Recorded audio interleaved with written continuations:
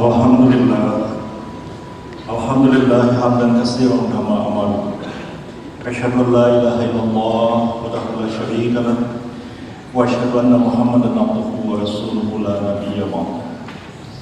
Allahumma shalli wa sallim wa barik ala Muhammadin wa ala alihi wa sahbihi ajma'in. Amma ba'du fa ya ayyuhal ikhwan, ittaqullaha haqqa tuqatih wa la tamutunna illa wa antum muslimun wajahidu fi sabilihi la'allakum tuflihun.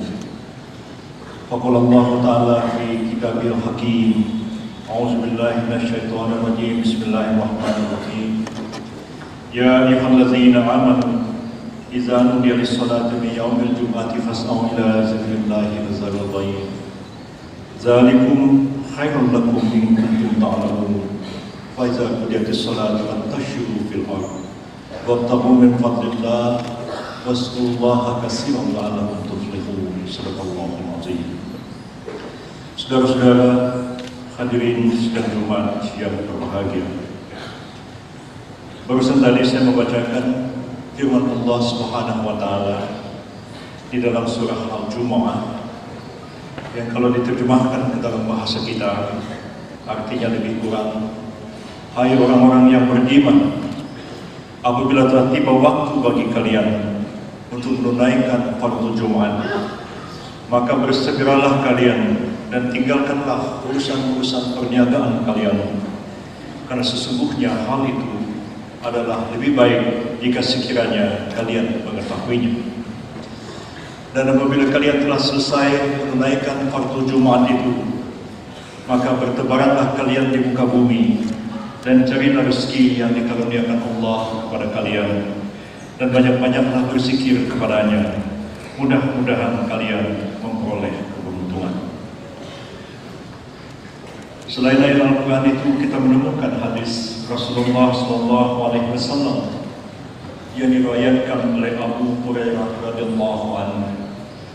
Rasulullah berkata terkait dengan hari Jumat ini, beliau berlain mengatakan, sesungguhnya hari Jumat itu adalah penghulu dari segala hari-hari yang lain. Hari raya bagi orang-orang miskin, hari raya bagi orang fakir, dan hari berkumpul bagi orang-orang miskin.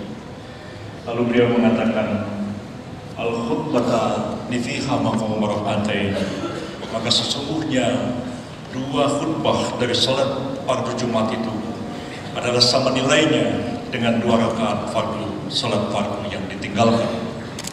Maka beliau melanjutkan kata-katanya, faiza sayyidul khatib alal mimbar yakhutub wa may yatakallamu ahadukum faqad lagha wa man lagha fala jum'atalah.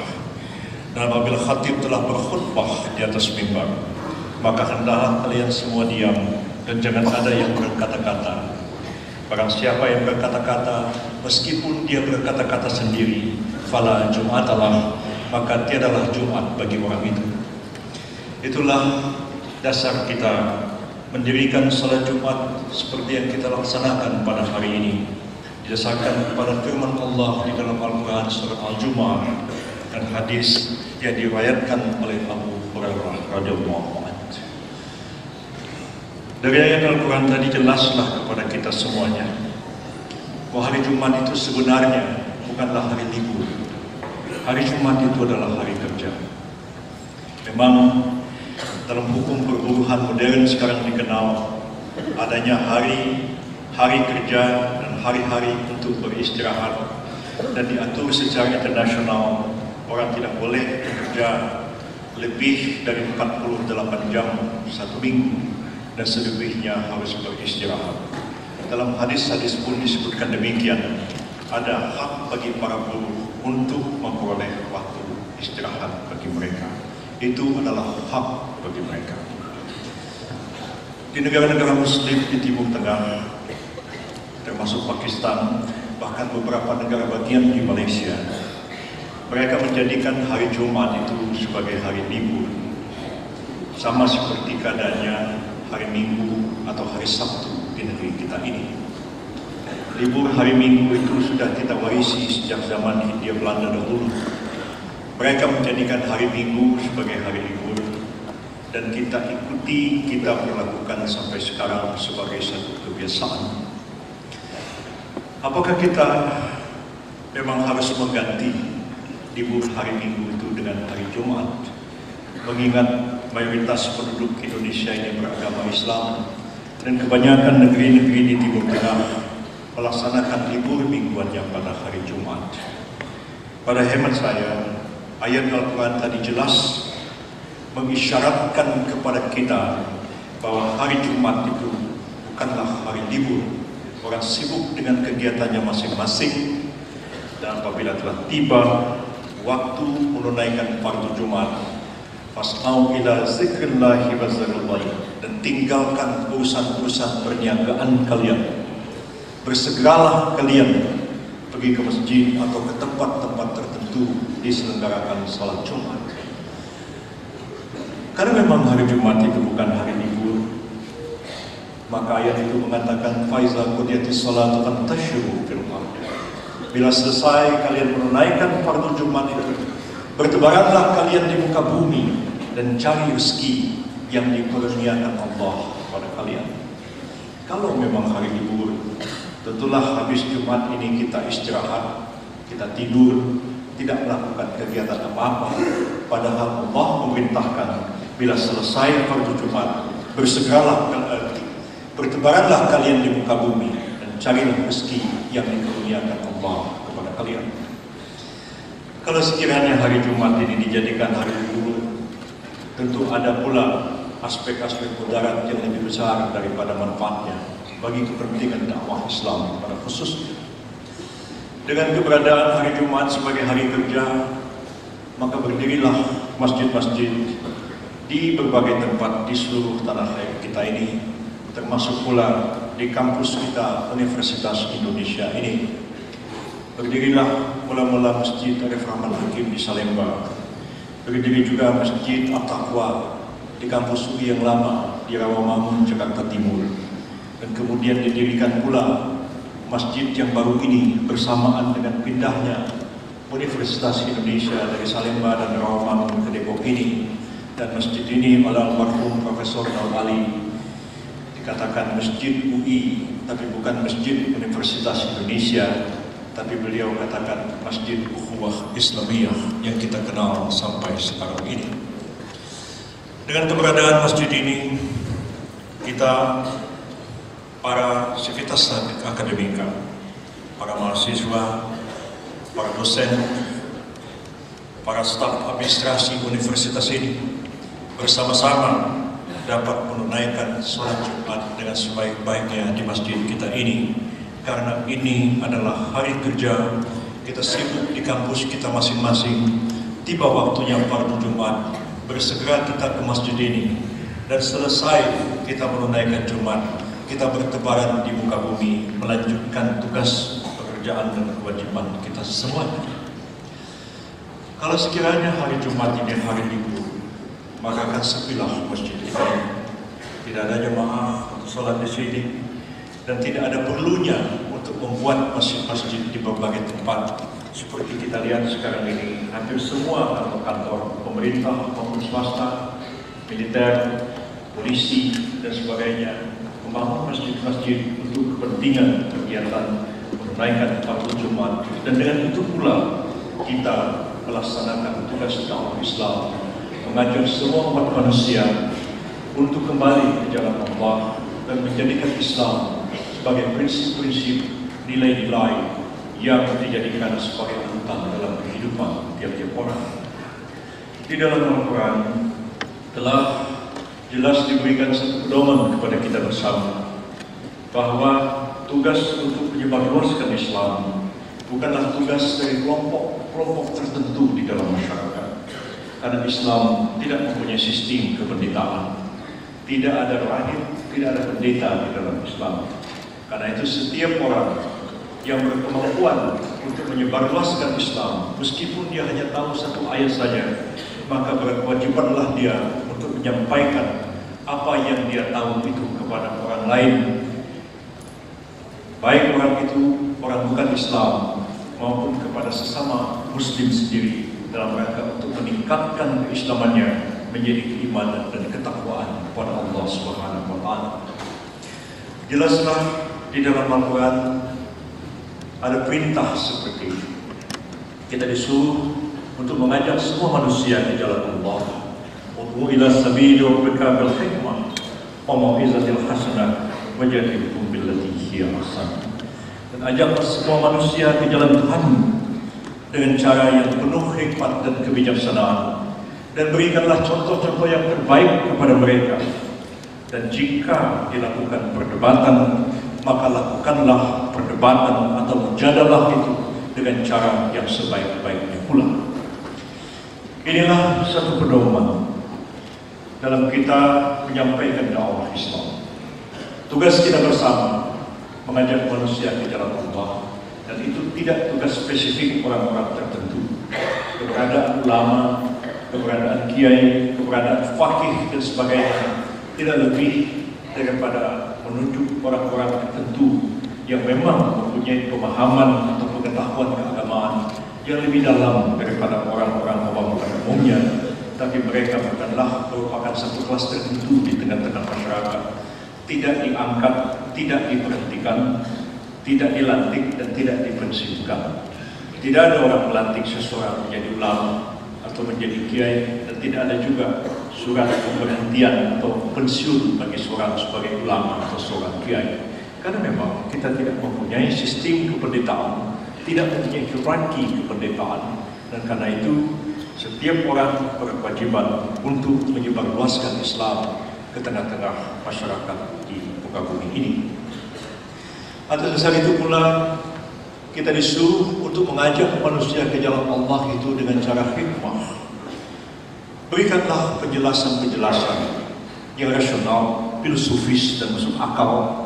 Karena pada prinsipnya ajaran-ajaran Islam itu adalah ajaran-ajaran yang menyuruh kepada akal pikiran, menyuruh kepada hati nurani manusia.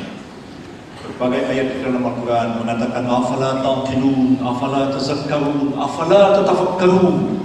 Apakah kalian tidak mau menggunakan akal pikiran kalian? Apakah kalian tidak merenungkan sesuatu dalam-dalam? Apakah kalian tidak memikirkannya dengan sungguh-sungguh? Ayat-ayat seperti itu selalu mengakhiri ayat-ayat yang sebelumnya menjelaskan tentang fenomena alam semesta yang maha luas dan maha besar ini. Disuruh kita merenungkan, disuruh kita mempelajari segala sesuatu. Maka dikatakan afala taqilun, apakah kalian tidak berfikir? Apakah kalian tidak merenungkannya? Afala tatafakkarun. Karena prinsip yang dikatakan di dalam Al-Quran bahwa dalam pergantian siang dan malam, pada penciptaan langit dan bumi dan sebagainya, terdapat tanda-tanda kebesaran Allah bagi orang-orang yang berfikir, bagi para cendekiawan, bagi para ilmuwan dan seterusnya dan seterusnya. Jadi ada kesejalanan antara ajaran agama dengan hati nurani dan dengan pikiran manusia. Dan seperti kita ketahui dalam Islam, kita tidak pernah khawatir dengan perkembangan falsafah, tidak pernah khawatir dengan perkembangan ilmu pengetahuan. Karena makin jauh kita mempelajari ilmu pengetahuan, kita menemukan hal-hal baru, maka penemuan-penemuan kita itu justru akan semakin memperkuat apa yang dikatakan Allah di dalam Al-Quran, akan memperkuat keyakinan kita. Sains dan falsafah tidak pernah menggoyahkan dasar-dasar iman dan keyakinan di dalam Islam. Sesungguhnya agama yang akan mampu bertahan terhadap sejarah dan peradaban umat manusia ialah satu ajaran agama yang secara intelektual ajarannya dapat dipertanggungjawabkan, dan secara emosional dia dapat memuaskan hati nurani manusia, dan secara batin dia dapat memberikan ketenteraman kepada seseorang yang gelisah dalam hidup. Aspek-aspek ini sangat penting untuk kita jelaskan kepada semua orang, lebih-lebih kita kaum cendekiawan. Para sivitas akademika universitas yang besar ini tentu memiliki kemampuan untuk itu. Kita mempelajari berbagai disiplin ilmu pengetahuan di universitas ini. Kita juga mendalami Islam, dan kita berkeyakinan ada titik temu antara Islam dengan ilmu pengetahuan yang kita pelajari dan kita kembangkan bersama. Kemudian kita disuruh untuk memberikan contoh-contoh yang terbaik kepada yang lain, mau'izatil hasanah. Dan ini merupakan tugas kita bersama, bahwa orang Islam dia harus mampu menunjukkan kepada orang lain dia mempunyai sifat-sifat yang baik, bukan sifat-sifat yang tercela. Sifat-sifat yang baik itu, contoh-contoh yang baik itu harus diberikan kepada semua orang. Harusnya ada satu perbedaan yang membedakan mereka yang beriman dengan mereka yang tidak beriman. Paling tidak kita bisa mengatakan perbedaan orang beriman dengan orang sekuler ialah orang beriman itu akan melibatkan iman, melibatkan keyakinan, dan melibatkan etik di dalam setiap tindakan dan perilakunya. Orang sekuler mungkin akan mengabaikan semua itu. Dunia adalah dunia belaka, tapi bagi orang beriman, dunia bukan sekedar dunia, tapi di dalamnya ada refleksi dari keberadaan dan kebesaran Allah Subhanahu wa Ta'ala. Karena itu akan mempengaruhi sikap kita. Kita harus bersikap lebih baik.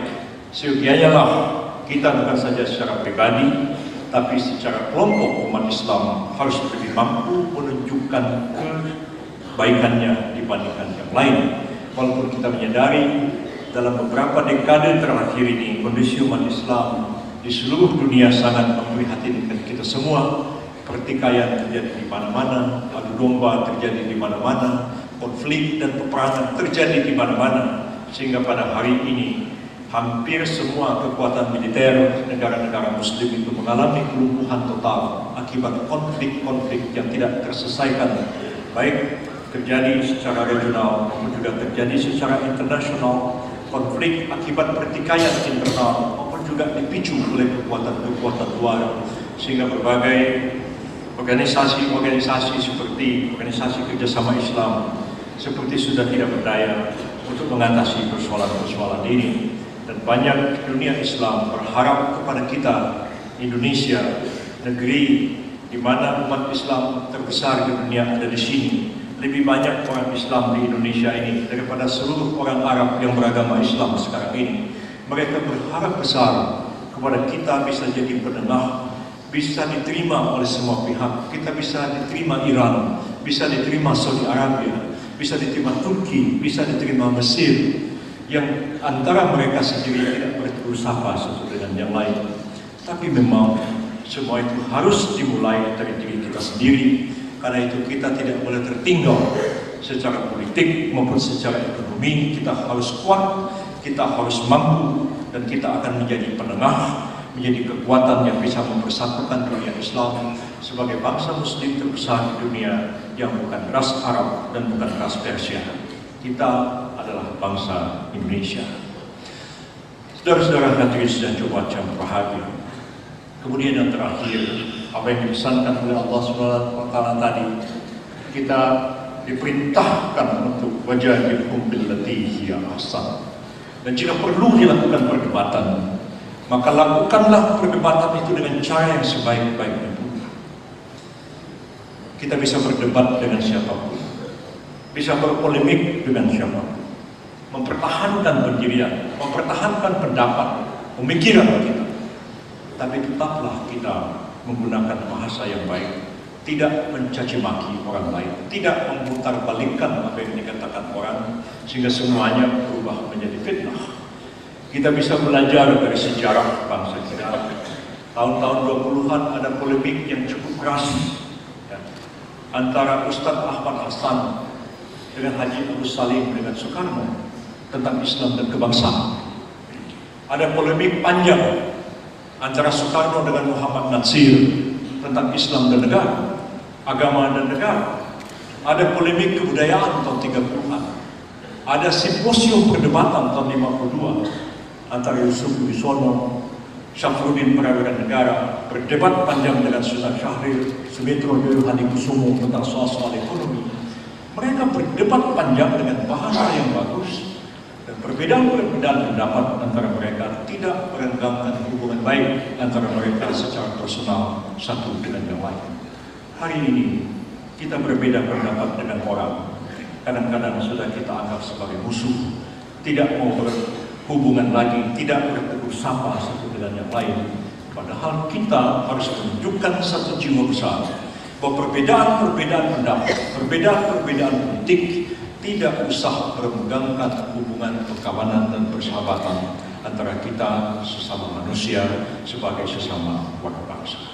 Makanya Al-Quran mengatakan wajadilhum billati hiya ahsan, dan jika dilakukan perdebatan maka lakukanlah perdebatan itu dengan cara yang sebaik-baiknya. Mudah-mudahan khutbah Jumat yang singkat ini akan menggugah pikiran dan hati nurani kita dalam menatap masa depan Indonesia yang lebih baik dan masa depan umat Islam yang lebih baik, serta kita mendoakan dan membina hubungan yang lebih baik di tengah-tengah bangsa kita yang multi etnik dan multikultural. Kita hidup bersama-sama sebagai sebuah bangsa di bawah naungan negara Republik Indonesia yang kita cintai ini. Amin Allahumma amin. Barakallahu li wa lakum fil Qur'anil azim wa nafa'ani wa iyyakum bima fihi minal ayati wa zikril hakim wa taqabbala minni wa minkum tilawatahu innahu was-sami'ul 'alim. Aqulu qouli hadza wa astaghfirullahal azim li wa lakum wa lisairil muslimina wal muslimat wal mu'minina wal mu'minat fastaghfiruhu innahu huwal ghafurur rahim.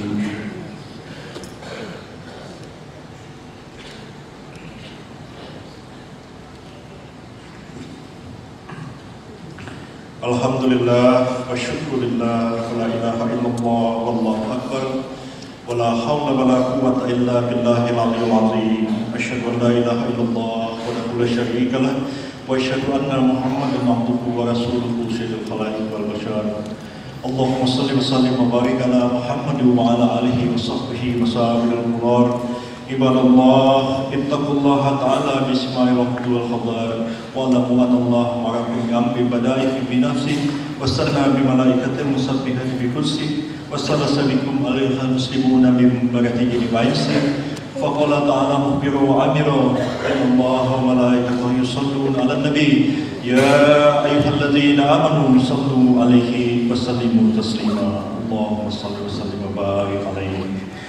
Saudara-saudara hadirin sidang Jumat yang berbahagia, marilah kita akhiri khutbah Jumat yang kedua ini dengan sama-sama memanjatkan doa kepada Allah Azza wa Jalla.